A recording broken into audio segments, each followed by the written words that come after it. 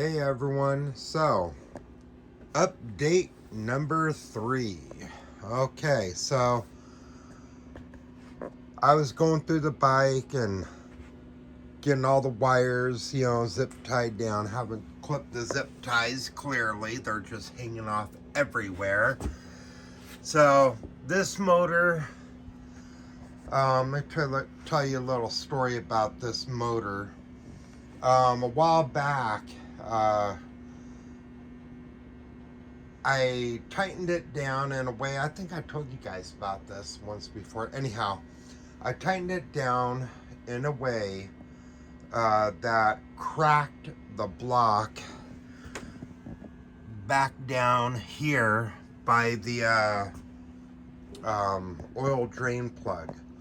So what I did was I cleaned it all out really good and put some JB Weld all up in there and just coated it with JB Weld where the crack was and all that. So anyhow, I went ahead and put oil in it, and this is what I noticed right there. Yeah, that's right. This thing is not happy. It's leaking all over, and I did this a few days ago. So put my hand up under here. See? Yeah, leaking. So I was like looking. I was like, anyhow, I guess I'll just get another motor. So this one here is the Duramax 440 18 horsepower. So I started doing some digging around. I found a Duramax 500cc 20 horsepower. And I was like, oh, I gotta have that. So eventually, I will take this motor out and I will put in a 500cc motor, which of course will require me to cut that right there. Take out a little piece, little pie cut or whatever you call them. And then I will have to come over here and I will have to cut it probably right across here or something. Maybe a little further back. I don't know. But it's the motor I'm looking at, it's a Hemi. So I was like, oh, well, that'll work.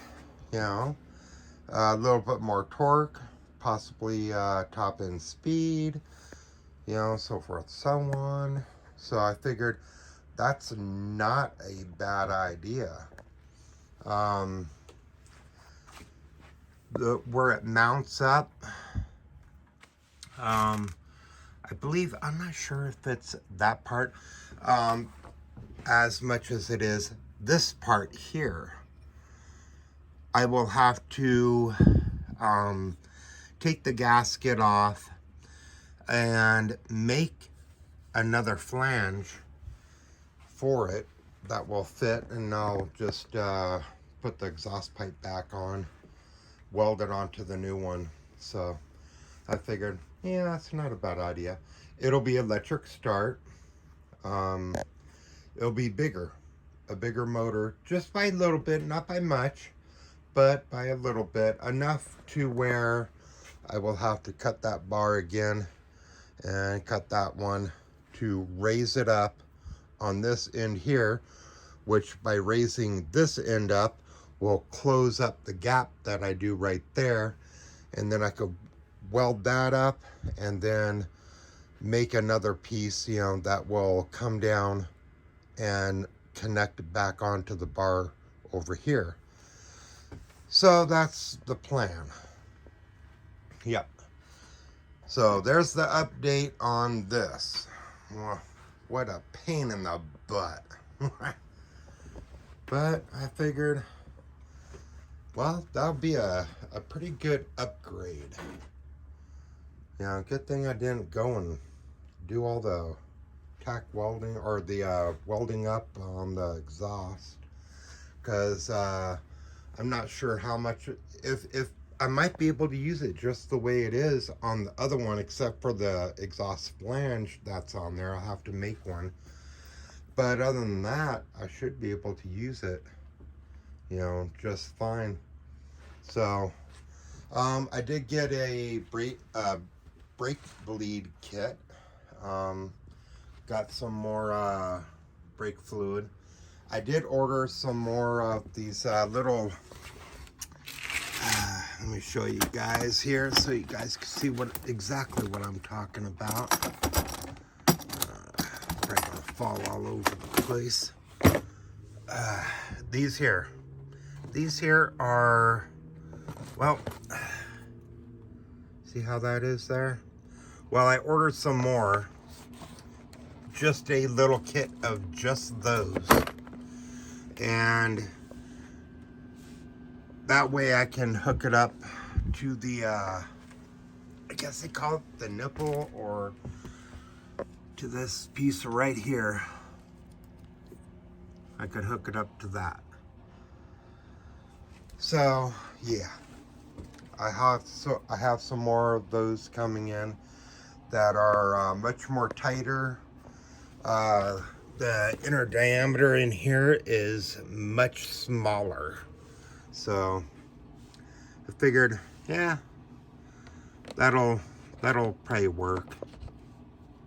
Yeah, so not bad. I mean, it's not the greatest brake bleed kit, but it'll work. So yeah, so I got that. Got the .4 brake fluid. I could have gone with what is it called, the synthetic, but by Prestone, but I was like, and I was over at Walmart, so, and I was like, I better not mess with that, you know. So I just got this one here. I figured that's a good idea. I did find another kickstand. You know, I'm not sure if I'll use that one or not, and I haven't put that on yet. Good thing, because I'm probably going to be changing out the motor. So there we go. So there we go, guys. Thanks for watching. I appreciate it. Like, subscribe, leave a comment, and I'll be talking to you guys really soon.